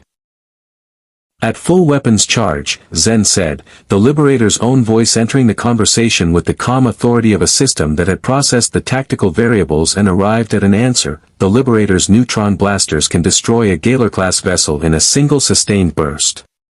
The Keldon class requires 3 bursts or a focused combined fire from 2 projectors. Full weapons charge will be available in a pause that had the quality of a system checking its own status with precise honesty, 22 minutes. Which is 18 minutes after they arrive, Avon said. He had returned from the Enterprise without announcement, materializing on the flight deck with his usual quality of having been somewhere else and having decided that somewhere else was finished with. He looked at no one directly and at everyone effectively. So we have a tactical problem. We have an option, Picard said carefully. He tapped his comm badge. Riker. Red alert. Bring the Enterprise to these coordinates at maximum warp. Aye, Captain. ETA 11 minutes. 1 Federation starship, Avon said, not dismissively but precisely. Against 10 Cardassian warships, 2 of which are heavy cruisers with Obsidian Order resources behind them. The Enterprise is not our only asset, Picard said. He looked at Blake. But I need to know something before I take any further action. If the Enterprise engages Cardassian forces in this sector, we move from unofficial assistance to open conflict. That has consequences I cannot contain within unofficial channels. It becomes a Federation incident. It potentially becomes a crisis. He paused. What I need to know is whether the Liberator will be here to fight beside us, or whether you'll run. The flight deck absorbed the question. Through the viewport, stars that had no names in Blake's database held their positions with the patience of things that have been asked this kind of question before and have learned not to answer it. Blake looked at Picard for a long moment. Then he looked at each of his crew in turn, not asking, because Blake had never entirely resolved the question of when leadership meant deciding and when it meant consulting, but acknowledging, which was its own kind of asking. Jenna looked back at him with the level expression of a woman who had made her decision before the question was framed. Callie gave him the small precise nod of someone whose conscience and her recommendation had arrived at the same address. Vila was doing the thing he always did in these moments, which was to look as though he was about to suggest a less dangerous alternative while his hands were already moving to his station, because Vila had learned that showing up was what you did and that the fear was not a reason not to. Avon looked at the viewport. At the stars. At something that wasn't in the room. Then he looked at Blake, and his expression did the thing it occasionally did, the thing that his face performed as blankness, but that was, for anyone who had learned to read Avon, something else entirely. Something that had concluded, against its own preferences and through a process it found deeply irritating, that there were things worth more than the self-preservation calculus it had spent years perfecting. "We stay," Avon said. "Obviously." The obviously carrying the specific quality of a man who will acknowledge a decision but will not acknowledge that it cost him anything to make it. Picard nodded. "Once. With the respect of one captain for another." "Zen," Blake said. "Weapons status. Neutron blasters at 63% charge and increasing. Teleport systems nominal. Speed capability unrestricted. Orac. The Obsidian Order ships, are they carrying anything we need to know about?" "One of the Keldon-class vessels is carrying a technology one have not previously encountered," Orac said, and the slight alteration in his delivery pattern that indicated he was processing something genuinely novel was enough to shift the atmosphere on the flight deck perceptibly. "It appears to be a modified energy dampening system. Based on the power readings and the configuration of the projectors, I believe it is designed specifically to neutralize the Liberator's drive systems at close range." "They've done their intelligence work," Jenna said. "The Obsidian Order is thorough," Picard said, with the particular grimness of someone who has professional experience of this thoroughness. "If they've had 6 hours to analyze the Liberator's signature, they may have identified her specific drive frequency and designed a targeted counter." He turned to Blake. "Which means they cannot be allowed to get to close range." "Agreed," Blake said. Then, to Jenna, "full evasion pattern until weapons are charged. Keep them at maximum distance." "I know," Jenna said, with the mild patience of an expert who has been told the obvious and is choosing to receive it graciously because the person telling her is under pressure. The Cardassian fleet dropped out of warp 14 minutes later, not 40. Orac revised his estimate with the honesty of an intelligence that considered accuracy more important than being right, noting that the Obsidian Order ships had been closer than the signal's traffic indicated, which meant the signal's traffic had been partially fabricated, which meant the Order had anticipated the possibility of their communications being monitored. The 10 ships arranged themselves in a formation that Worf, watching from the Enterprise's tactical station as the starship came out of warp with 11 seconds to spare, identified as a compression envelope, designed to shrink around a target and deny it the space it needed to use superior speed. It was a good formation. It would have worked against most vessels. It had not been designed for the Liberator. Jenna flew the Liberator the way she flew everything. As though the ship were an extension of her own nervous system, her responses occurring slightly ahead of what conscious decision-making could account for, the product of years of partnership between a pilot and a vessel that had learned each other completely. She did not use time distort. She used something more surgical. Precise, short-range accelerations that used the formation's own geometry against it, moving through the spaces between ships with margins that made Riker, watching on the Enterprise view screen, close his eyes briefly and then open them again. "She's threading the needle," LaForge said, from engineering, with the voice of an engineer who has just seen something that has recalibrated his understanding of what piloting means. The Enterprise engaged the outer ships. Phasers and photon torpedoes with the measured precision of Starfleet combat doctrine, which was designed to disable rather than destroy where possible, which was a principle Picard held to even when it complicated matters, because principles that dissolved under pressure were not principles but preferences. The dampening ship moved for the Liberator. Orac tracked it. Calculated. And said, with the brevity of a system that understood that some moments do not benefit from elaboration, Blake.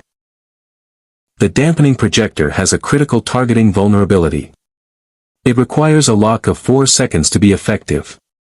4 seconds of stable position. So we don't give them 4 seconds, Jenna said. That is the recommended approach, yes, Orac said.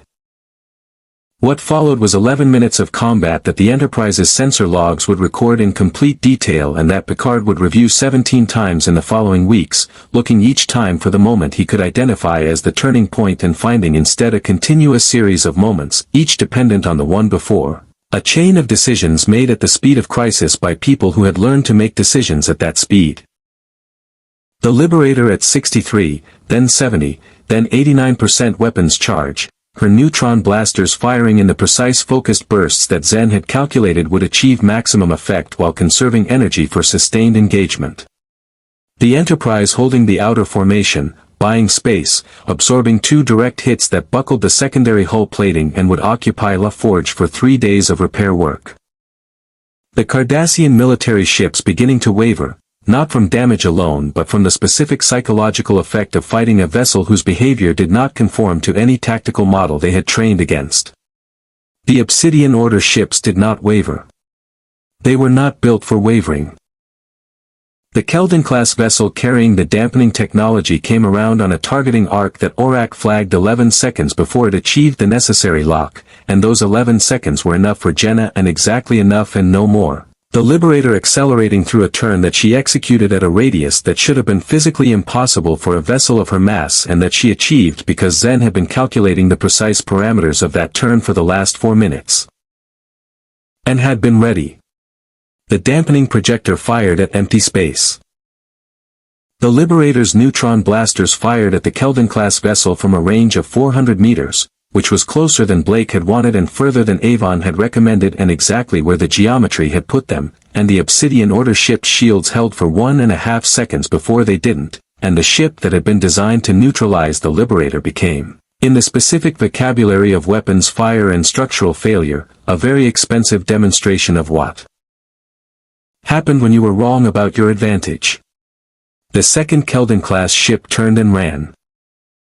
The remaining Gaylor-class vessels, 2 of them already disabled by Enterprise fire, read the situation with the professional accuracy of Cardassian military command and began their own tactical repositioning, which was to say they left, quickly, in the direction of Cardassian space. And the battle that had begun with 10 ships ended with the particular quiet of a space that has been full of violence and is now full of its absence. On the Enterprise bridge, Worf said nothing.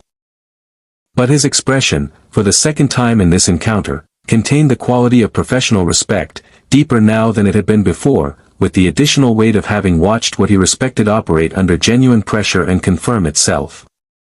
On the Liberator's flight deck, Jenna took her hands off the pilot's console and looked at them for a moment with the expression of someone checking that they are still attached, and then put them back. Vila sat down on the floor, which was not a standard post-combat position but which nobody addressed. Callie was already moving toward the medical bay to check the status of the children who had been aboard during the engagement. Avon stood at his console and looked at the sensor readings with the expression of a man reviewing data, which was what he was doing, and which was also the only way he had of processing the fact that he was still alive without acknowledging that he had done something that made that fact possible. And Blake stood at the center of the flight deck in the silence after the weapons fire and the silence before whatever came next, and for one unguarded moment his face showed everything. The grief and the conviction and the capacity for surprise and the thing beneath all of it, the fundamental orientation that had survived everything the universe he came from had done to redirect it, the basic stubborn insistence that it mattered, that the people in the cave mattered, that the children mattered, that the question of whether Orac found the arrangement satisfactory mattered. That all of it mattered in ways that power and self-preservation and the cold arithmetic of survival could not adequately account for. Then the moment passed, and his face closed back into the version of itself it showed the world, and he looked at Picard through the comm and said, "Your ship?" "Damaged but functional," Picard said. "Casualties?" "None," Worf said, from tactical, with a satisfaction that was Klingon in its texture, not relief but the specific pleasure of a battle survived without loss. None here, Blake said. A pause that had the quality of two people on opposite sides of a great deal of history finding, briefly, the same ground. Then, Picard said, "I believe we have several things to discuss." The conference lounge of the Enterprise had hosted difficult conversations before. It had hosted the kind of conversations that happened after battles, when the adrenaline had metabolized and what remained was the quieter and more demanding work of deciding what the battle meant and what came next. Picard had sat in this room with Klingon commanders and Romulan ambassadors and beings whose concept of conversation bore only a passing resemblance to the Federation standard, and he had learned that the quality of what happened in this room after the fighting was at least as important as the quality of what happened outside it during. Blake 7 filled the room imperfectly, which was to say they filled it the way people fill spaces they haven't decided to inhabit yet. Present, attentive, but retaining the particular quality of readiness that comes from not having committed to staying. Jenna sat with the pilot's habitual economy of posture, compact and contained, her eyes moving at intervals to the viewport with the instinct of someone who is always peripherally aware of where the exit is and what's outside it. Callie sat with her hands folded and her attention distributed in the way of a telepath who has learned to maintain awareness of the room's emotional texture without intruding on its contents. Vila had found a chair that was slightly apart from the others and was sitting in it with the expression of someone who has survived something improbable and is waiting to find out what it costs. Avon sat at the far end of the table and looked at nothing in particular, which by now Picard understood meant he was looking at everything. Blake sat across from Picard, and between them on the table sat Orac, whose presence had been requested by Data with a specific quality of professional interest that Orac had responded to with what was, for Orac, graciousness. He had agreed to attend without describing the request as beneath him, which Data had logged as significant. Data sat to Picard's right with a PADD and the particular stillness of an android who has encountered something genuinely new and is being careful not to disturb it with premature conclusions. Riker sat to Picard's left and said nothing, which was his function in these conversations, to be present, to observe, to be ready, and to trust that Picard knew what he was doing while maintaining an independent assessment of whether that trust was warranted. It was a function he performed with considerable skill. The dimensional rift, Picard began. LaForge and Data have been working on the sensor data from your arrival since this morning.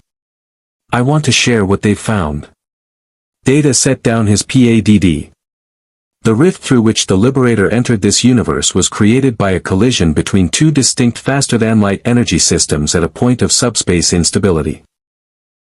The resulting dimensional membrane rupture was catastrophic in the immediate term but has not entirely closed. There is a residual subspace scar approximately 2.7 light-years from your entry point that retains dimensional permeability. It is decaying at a rate that suggests a window of approximately, he paused, with the precision of a being who did not approximate when exactness was available, 11 days before it closes permanently. The room absorbed this. Can it be reopened? Blake asked. With sufficient focused energy, specifically, a convergence of the Liberator's drive signature and a precisely calibrated warp field from the Enterprise, our models suggest a 61% probability of successfully reopening the rift to a depth that would allow passage. Data looked at Blake with the direct honesty that was his default mode and that Picard considered one of his finest qualities. The remaining 39% of outcomes range from unsuccessful to catastrophic. I want to be precise about those odds rather than present them optimistically. 61%, Jenna said, with the pilot's instinct for translating probability into operational reality. We've done worse. We've done considerably worse, Vila confirmed, with the tone of someone who has personal experience of the full range. Blake was looking at the table. Not at the PADD, not at Data, not at Picard, at the table, the way people look at surfaces when they're actually looking inward. Picard waited. He had learned, in the course of this day, that Blake's silences were not absences of thought but presences of it, and that interrupting them was the fastest way to get a less honest answer. What's there to go back to? Blake said finally. It was not self-pity. It was a genuine operational question, asked with the flat honesty of someone taking inventory. Star 1 is gone. The bases we used are compromised or destroyed. The people a pause. The fault line. The network we built over years. We've been running for so long that stopping feels like a different kind of danger. The Liberator is intact, Avon said, from the end of the table, without looking up. The Liberator is always the argument for going back. As long as she exists, the capability exists.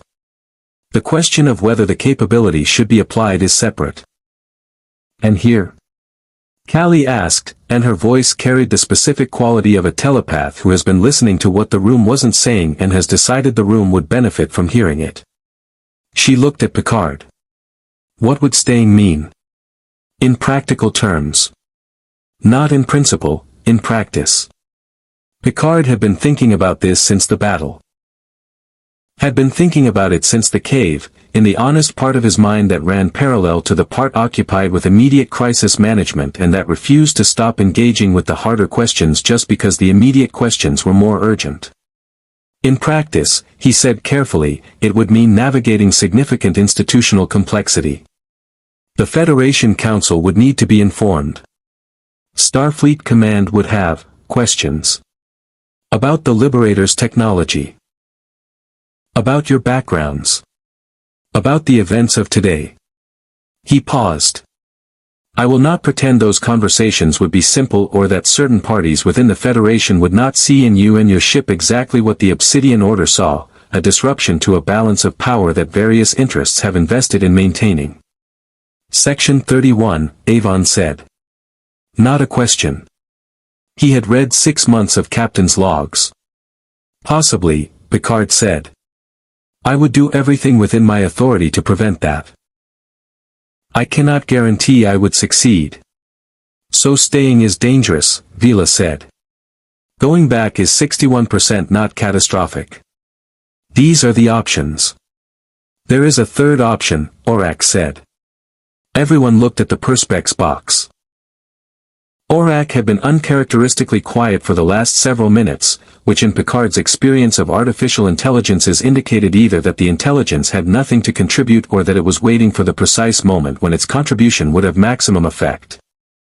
Orac, he suspected, was not a system that experienced having nothing to contribute. The subspace scar, Orac said, is not the only dimensional anomaly I have detected in this region of space. There are 3 others within a radius of 40 light-years, all consistent with recent dimensional membrane stress. The Liberator's arrival was not, as I initially assumed, a singular event.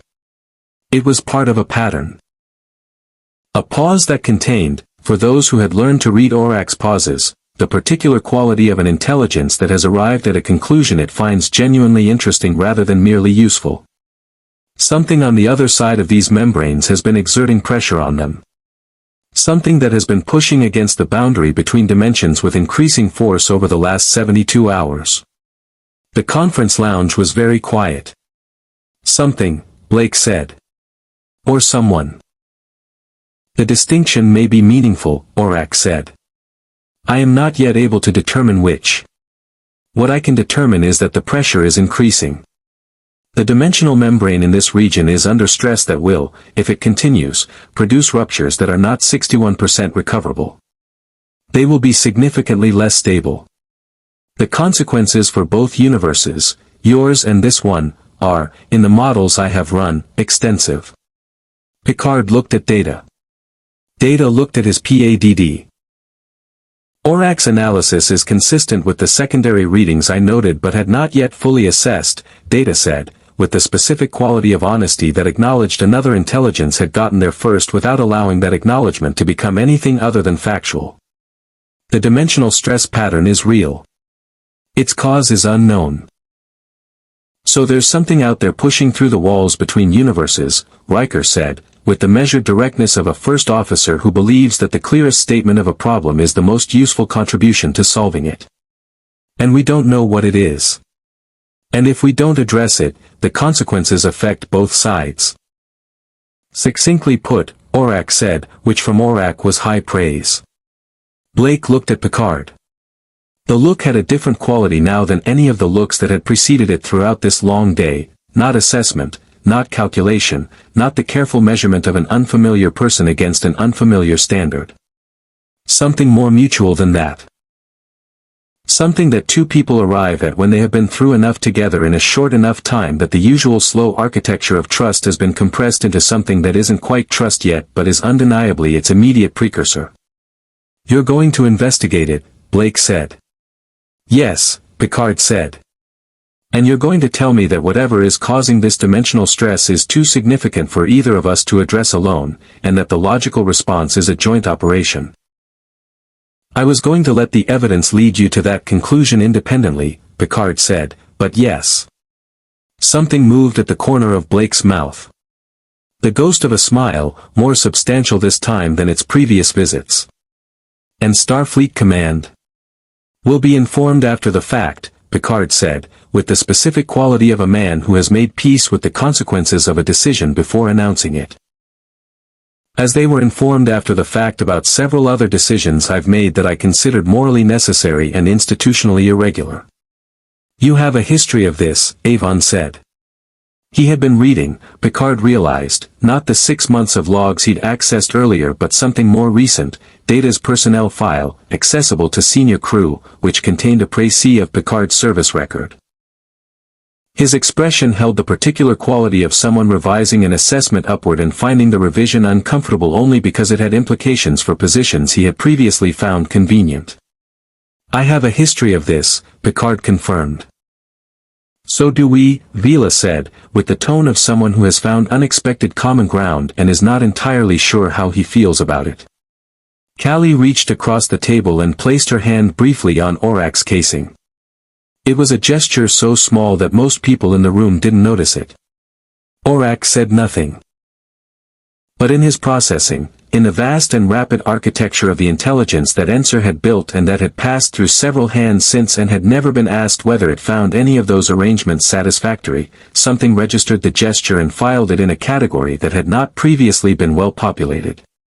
11 days, Blake said. Before the rift closes permanently. Yes, Data said.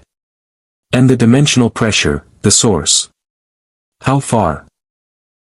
Approximately 19 light hours, Orac said. At the Liberator's optimal speed, 47 minutes. At the Enterprise's maximum warp, somewhat longer. A pause. I recommend we travel together. The tactical and investigative capabilities of both vessels are, in this instance, complementary rather than redundant. Blake stood. He moved to the viewport. The Enterprise's viewport, this time, looking out at the stars of a universe that was not his with the expression of a man locating himself in a landscape that has become, against all probability and through a process he could not have predicted this morning, something more than foreign. Not home. Not yet. Possibly not ever. But something. Jenna, he said, without turning from the viewport, which was how he gave orders when he had already accounted for her answer and was telling rather than asking. Prepare the Liberator. Already done, Jenna said, which was true, because Jenna had begun preparing the Liberator approximately 15 minutes ago on the reasonable assessment that this was where the conversation was heading and that being ready before you were asked was the difference between a good pilot and an adequate one. Avon rose from his seat with the unhurried precision of a man who has made a decision and is implementing it without ceremony because ceremony is an allocation of time that the situation does not require. He paused at the door. Looked at Data. The question I asked you earlier, he said. About consciousness in artificial systems. Yes, Data said. I'm going to ask Orac. He said it the way he said everything that mattered. Simply, directly, without the scaffolding of explanation that would have made it easier to dismiss. Not today. When there's time to do it properly. He looked at Data for one more moment. Thank you. Data considered the appropriate response and selected honesty, which was his default for important things. I hope the conversation is productive, he said. For both of you. Avon nodded once. Left. Picard stood at the viewport beside Blake, and for a moment they looked at the same stars in silence, two men from different universes who had arrived, through a day of improbable events and genuine reckoning, at something that felt, carefully, provisionally, with all appropriate acknowledgement of the 11 days and the 61% and the unknown thing pushing through the walls between dimensions, like the beginning of something worth beginning. One question, Blake said. Yes. The prime directive. The people in the cave. What happens to them now, officially? Picard was quiet for a moment. Officially, they are Federation citizens who were located in a contested region and evacuated to a Federation settlement under emergency protocols. The paperwork will be, a slight pause, creative. Blake looked at him. You're going to lie to Starfleet Command. I'm going to present the situation in the most accurate framing available to me, Picard said, with the specific quality of a man who has spent considerable time in his career discovering the precise location of the line between honesty and pragmatism and who has views on how close you can stand to it. Which is not the same thing. In my experience, Blake said, it usually is. In mine, Picard said, it depends entirely on the framing. Blake looked at him for a moment with the geological conviction and the fault line and the capacity for surprise all simultaneously present, and then he turned from the viewport and walked toward the transporter room to return to his ship, and he said over his shoulder, without ceremony, with the simple directness of a man who means what he says because he has paid enough for the ability to mean things that he does not waste it, I'll follow your lead. This time. Picard watched him go. Then he looked back at the stars, and at the faint distortion 19 light-hours distant that sensors logged as a dimensional anomaly and that something in his considerable experience suggested was going to turn out to be considerably more than that. Mr. Data, he said. Captain. Set a course. And ask the Liberator to take point. I want to see what she does when she's not in a hurry. In the end, it was not the battle that defined what happened when Blake 7 entered the Star Trek universe. Battles define moments. What defined this was everything around the battle, the conversation in the cave, the question Avon asked an android about consciousness, the ghost of a smile at the corner of a rebel's mouth when a Starfleet captain admitted to a history of institutional irregularity. The dimensional pressure source would turn out to be something neither universe had encountered before, something that required exactly the combination of the Liberator's speed and firepower and the Enterprise's scientific capability and diplomatic instinct to address. It would cost something. It always does. But what the sensor logs and the captain's logs and the records that Orac compiled with his characteristic thoroughness would preserve, for anyone who looked carefully enough, was this. Two crews from different universes, shaped by different versions of what power does to people and what people can do about it, had found in each other not agreement but something more durable, the mutual recognition of those who have decided, against considerable evidence and at considerable cost, that it matters. That people in caves matter. That consciousness in machines matters. That the question of whether a federation is what it says it is matters enough to keep asking. Blake had crossed a dimensional boundary and found the same human geography on the other side. Picard had met a man who had survived the worst version of his own institution's ideals and had not stopped believing that better versions were worth defending. Neither of them would forget it. In 11 days or 11 years, that would remain true. Live long and prosper. More stories await.